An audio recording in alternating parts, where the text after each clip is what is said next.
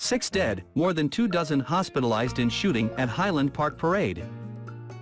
Highland Park, 6 people were killed and dozens wounded when a gunman used a high-powered rifle to fire from a rooftop on people attending the Highland Park 4th of July parade Monday. At 6:45 p.m., the Highland Park police said a person of interest identified through investigative leads as Robert E. Bobby Crimo III, 22, had been taken into custody without incident on US 41 in Lake Forest after he was spotted by a North Chicago police officer. Crimo was being taken to the Highland Park Police Department, Police Chief Lou Jogman said. Christopher Cavelli of the Lake County Sheriff's Office and the Lake County Major Crimes Task Force said authorities were using the terms suspect and person of interest interchangeably and that they believe Crimo was responsible for the shooting, though he has not been charged. The gunman used a high-powered rifle that's been recovered, said Christopher Cavelli of the Lake County Sheriff's Office and the Lake County Major Crimes Task Force. Cavelli said the gunman fired from a rooftop. He was very discreet and very difficult to see. It appeared that the gunman had used an unsecured ladder to climb to the rooftop, Cavelli said. The FBI asked that anyone who had video of the shooting or possible information about the shooter call their toll-free tip line at 800-CALL-FBI. Investigators were focusing their manhunt around downtown Highland Park in an area bounded by Green Bay Road, Laurel Avenue, St. John's Avenue and Elm Place, according to Highland Park Police Commander Chris O'Neill. People outside that area no longer were being asked to shelter in place. Cavelli said drones and dogs were being used in an effort to track down the suspect and that the ownership history of the rifle is being examined by the Federal Bureau of Alcohol, Tobacco, Firearms and Explosives. Lake County Coroner Jennifer Bannock said 5 people were dead at the scene, all adults, and another died at a hospital. It wasn't clear how old the 6th victim was.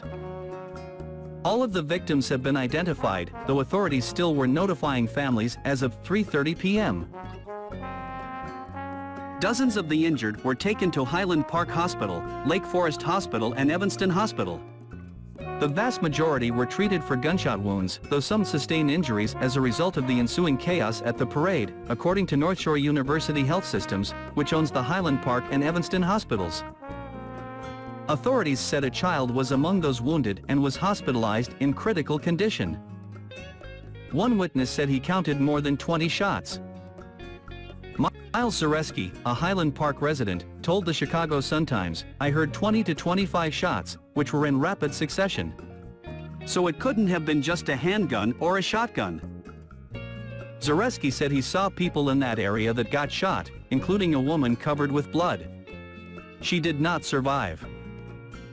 As they fled the parade route on Central Street in downtown Highland Park, panicked paradegoers left behind chairs, baby strollers and blankets as they sought cover, not knowing just what happened. Even as people ran, a klezmer band, seemingly unaware of the gunfire, continued to play. Highland Park Police Commander Chris O'Neill said that a rifle the gunman used has been recovered and that the suspect appeared to be 18 to 20 years old, white and wearing a blue t-shirt. Adrienne Drell, a former Sun-Times reporter, said she was sitting on a curb along Central Avenue watching the parade when she saw members of the Highland Park High School marching band start to run. "Go to Sunset," Drell said she heard the students shout, directing people to nearby Sunset Foods. A man picked her up off the curb and urged her to get out, Drell said. "There's panic in the whole town," she said. "Everyone is just stunned beyond belief." She ran across to a nearby parking lot with other people who had been watching the parade. "It was a quiet, peaceful, lovely morning. People were enjoying the parade," Drell said. "Within seconds, to have that peacefulness suddenly ripped apart, it's scary. You can't go anywhere, you can't find peace. I think we are falling apart." Eric Trotter, 37, who lives blocks from the shooting, echoed that sentiment. "I felt shocked," Trotter said. "How could this happen in a peaceful community like Highland Park?"